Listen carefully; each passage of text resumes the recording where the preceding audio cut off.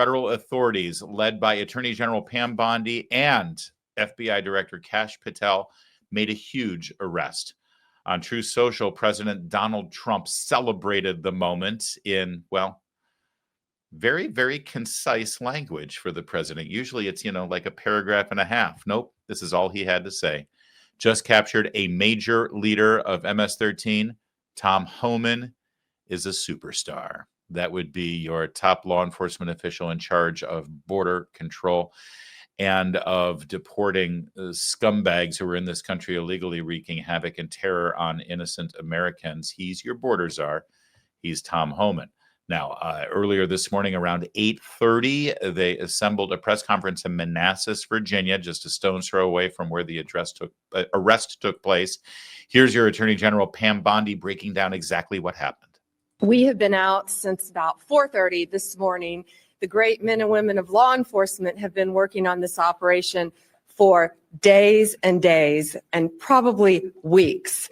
Early this morning, one of the top leaders of MS-13 was apprehended. He was the leader for the East Coast, one of the top 3 in the entire country, right here in Virginia, living half an hour outside of Washington, D.C. He is an illegal alien from El Salvador, and he will not be living in our country much longer. He's in custody this morning. One of the top leaders right here near our nation's capital. I just cannot thank Governor Youngkin enough for his leadership in this effort. This has been a joint effort with state and local agencies. FBI Director Patel, thank you so much. Yeah, in fact, let's get right to FBI Director Patel, who, by the way, last night participated in a charity hockey match. It was, I don't know what the teams are. Do you remember, Kevin? Is it like, it's not like Republicans versus Democrats, is it? But it's sort of like the congressional softball game, isn't it? I have no idea. Let me find out. Yeah, I'm not sure what the teams are, but Kash Patel is an avid hockey player. So last night, he's on skates playing in a charity hockey game. And then, at 4 a.m, he's part of this bust. Here he was at the press conference. This is what happens when you let good cops be cops. And we're going to continue to let good cops be cops across this country. President Trump gave us the executive decision to go after and safeguard our communities. General Bondi is our warrior of justice leading that charge. Governor Youngkin, it's an honor to be a partner in this operation with you and U.S. Attorney Siebert. This is a mandate we have. Right now, we have an American dying every 7 minutes from a drug overdose. That is a national security crisis we have not seen ever before. We have a woman or child being raped every 6.5 minutes in this country. We have a homicide twice an hour. No part of that metric is a safe and secure America.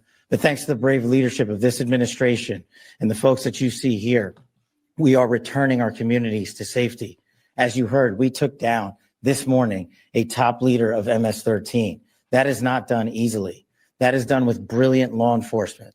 All right, we're going to unravel this story for you, a component by component by component. By the way, that hockey game is team lawmakers versus team lobbyists, which I find hilarious. And yes, Patel was on the side of the lawmakers there, playing hockey, and then taking off the skates, pulling off the sweater, throwing on the cap and jacket, and helping with this bust.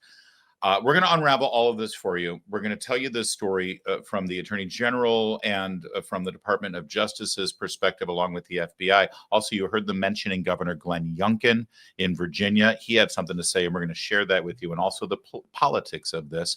In a moment, you'll hear from the press secretary, Caroline Leavitt. But I want to point something out to you. It's amazing that this is a big story, but it is. We had an illegal alien in this country, a member of a ruthless, murderous gang, MS-13, who literally on MSNBC, Joy Reid a couple of years ago in prime time after Donald Trump mentioned MS-13 during a State of the Union address during his first term, Joy Reid said, I don't even know who he's talking about. Who's this MS-13? This is made up. This isn't a thing. This gang has been around for a while. They used to own Los Angeles for a long time. They're from El Salvador. They take innocent people and hack them up with machetes. These crimes have been happening here in the Northern Virginia and in the Maryland area, right outside the suburbs of Washington, D.C. for the last several years. It's horrifying. And the fact that this guy was in this country illegally, sipping lattes in Woodbridge, Virginia, enjoying the high life while he controlled the gang here in North America, right under the federal government's nose. This is in the shadow of the Washington Monument, and the prior administration did nothing. In fact, they did worse than nothing. The the Department of Homeland Security Secretary Alejandro Mayorkas routinely said that our border is secure and there's no crime. Biden would say there's no crime problem here because of illegal immigrants. And this havoc was being wreaked right in his backyard. I want to say one other thing about this, and then we'll move on to more clips. This story this morning, that our federal government went after with guns blazing this gang leader, arrested him, and they're promising to deport him back to the country he came from so he can rot in jail. This is right now making us the envy of Western Europe. And I tell you something, when people, and we've got a lot of viewers every day, we can see in the analytics from the platform that you're watching us on where our viewers are from. We can see where their IPs are from. We see them in the live chat often from the United Kingdom, from the Netherlands, from France, from Italy. They are jealous of us right now. We are the envy of Western Europe. They wish their governments, they wish the dysfunctional European Union would empower law enforcement in Europe to do exactly this. And soon they will. Their citizens will force them to, because they will see that America is leading the way. This is what has to be done. You do not have to tolerate criminals living next door to you. You do not have to tolerate this. This is not how it's supposed to be. It's not how it has to be. There is no reason why you bust your ass every day, keeping your nose clean and following your laws, and you have to tolerate criminal activity at its very core, criminals who aren't even supposed to be here. This is the way. And if you're watching us from Europe right now and you are, please tell me I'm wrong. Let us know in the comments section right now. Validate what I'm saying. You wish your government conducted themselves like this. All right. So after that press conference on Fox and Friends, Caroline Leavitt, the press secretary for the White House.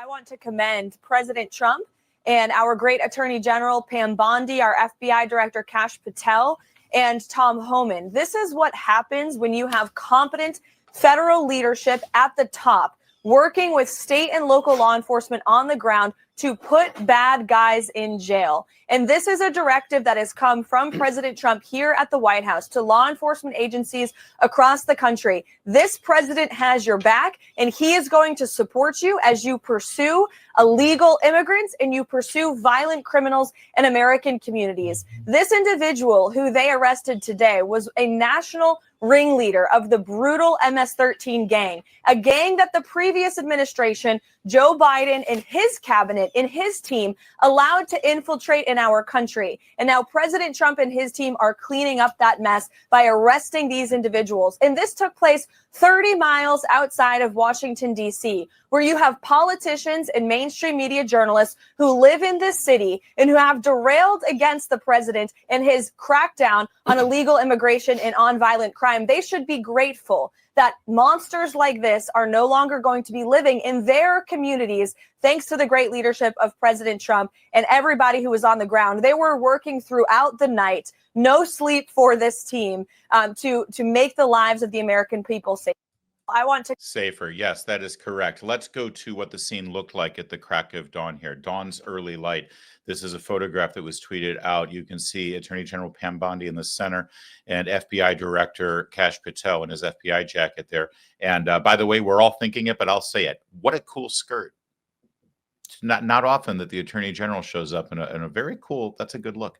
That's what it looked like with all of the what appear to be like the FBI SWAT team personnel teamed up and ready to go after this dirtbag. And after the arrest was made, Pam Bondi and Kash Patel spoke to the media. First reaction is all of our law enforcement officers are safe. That was the number one thing. They're safe. They executed a clean, safe operation, and the bad guys in custody. And thanks to the FBI, we got one of the worst of MS-13 off the streets this morning. We were able to be out here in force to show the American people, to be here in person, that this means a lot to her and the mission. Safety is our primary concern of these communities, and we effectuated that today. All right, I got two things to say here about this image. You know, you had people on the left, typical. See, this is bad news for liberals. This is bad news for left-wing Democrats. Sadly, they don't like this. They don't like that actually laws are being enforced and the bad guys are being arrested. Because if it's good for Trump and it's good for America, that's bad for them right now. That's sadly where we are. And the only criticism that they could really come up with on this is, what are they doing out there? Why are they cosplaying? Why are they dressed up like that? You know, you didn't see Merrick Garland doing that. You didn't see Christopher Wray doing that. That's the problem. Oh, it's just PR. It's just PR. Yeah, that's right. PR is important. PR is good. I say this often, but I cannot overstate how important the visual dynamic and theatricality of American politics is and always has been. This is not new. This image, yes, oh, it's just all imagery. Yeah, imagery is important. You're a bad guy in this country and you see this, it sends a message to you. There's a reason why video content is impactful. There's a reason why people advertise on television, on cable news, on shows like this, because a message delivered effectively works. That's a visual message delivered to the bad guys, and it works. And it's also delivered to us to let us know that we've got people who are working to keep us safe, who are actually going after gang members, MS-13 murderers, instead of going after a parent that goes to a school board meeting and gets angry and expresses their outrage. Instead of going after a Catholic who decides that they prefer the traditional Latin Mass. See, those were the bad guys with the last administration. And that message was sent pretty loud and clear. If you're a normal conservative American who's trying to participate in your faith or in your school system, you better look over your shoulder because you might get rounded up. You pray the rosary outside an abortion factory, you might get arrested and thrown in jail. See, the message is sent either way. I think it's better that they're sending the message to the dirtbag MS-13 gang members. All right, they both mentioned Governor Glenn Youngkin of Virginia. This is important. Listen to what the governor has to say, because the first 3 years of his governorship, he had Joe Biden in the White House and he had Merrick Garland as Attorney General. Now, in just 2 months, look how different things are. First and foremost, this task force was designed in the White House with this team around the table. What do we need to do in order to go after the gangs, the cartels, and of course the drugs in a community like Northern Virginia, like Fairfax County, that has seen county leadership not pursue the necessary steps in order to fight this crime. And this task force was architected in a very quick period of time and stood up immediately. And in fact, when Director Patel was confirmed, within a day, he authorized this facility and these capabilities. General Bondi immediately came to lead it. And we found ourselves with truly one-of-a-kind resources going to work. And I just want to emphasize the pace and the focus. And so, no, these were not lists that were available in the previous administration because they wouldn't do that. And the minute that we had partners that would do this with us, then lists of 500, 600, 700 targets could be put together in collaboration with state police and federal authorities and our Department of Corrections. Yeah, and imagine what it's like right now if you're living in a state that doesn't have a governor that is willing to work and cooperate with the Trump administration and with Patel and with Pam Bondi. A couple of things that the governor said there that need to be emphasized that I want to just focus on quickly. Number one, did you hear that? The day after Patel was confirmed, he reached out and set up this task force. The day one of his, after he was sworn in, they got nothing for 3 years from Biden. They couldn't hear anything. It's like, hey, we'd like to go after some people. Do you have some targets? Will local law enforcement want to be able to work with you? Nothing. Nothing. You know, you hear about these sanctuary cities, sanctuary counties, and there's plenty of them in Northern Virginia, Fairfax County. He actually later in this press conference called them out because some of the local jurisdictions in Northern Virginia, which is a suburb of Washington, D.C., refuse to work with ICE, refuse to cooperate. They've got one of those Soros-funded Commonwealth attorneys who lets the bad guys walk free, right, and refuse to cooperate with Kash Patel and Pam Bondi. They claim they're not sanctuary, but their policies are sanctuary policies, right? Look at what a difference it makes when you actually emphasize letting cops be cops and using basic tried and true law enforcement techniques that have proven effective over the decades. This is the difference it makes. And if you're sitting in New York right now with Kathy Hochul, or Gretchen Whitmer in Michigan, or Jabba the Hutt Pritzker in Illinois, and don't even get me started on Governor Hair Gel Newsom over in California, they're not able to do a press conference like that after an arrest. The arrest will not be made if you're living in one of those states right now. I live in Maryland, which is also a suburb of Washington, D.C., on the other side of the Potomac. My governor, Wes Moore, will not be participating in any of these raids or any of these things. And we have just as much, if not more, violent crime in Montgomery County and Prince George's County, just outside of Washington, D.C., just like Woodbridge, Virginia. But the difference is Virginia has a governor who wants to get stuff done and who wants to protect the people who live in his state. And those other states, they're prioritizing politics. They're prioritizing the criminals first. In fact, the other bad news for Democrats in this whole picture and this whole story is that they're concerned about the illegal immigrant criminals who are in this country. They want to make sure that they get due process. They want to make sure that those criminals' rights are protected. Yes, the non-citizens who broke into this country illegally. MS-13 originated in El Salvador. President Bukele in El Salvador is ready, willing, and able to bring these dirtbags back. They will accept them, just like they accepted those Venezuelan gang members. You remember when they were flown down to El Salvador and they were perp-walked into that prison? Well, Homeland Security Secretary Kristi Noem decided to go down there and inspect what it looked like. And it was a mesmerizing video that she put out on social media. Take a look at the scum behind bars, right behind the secretary.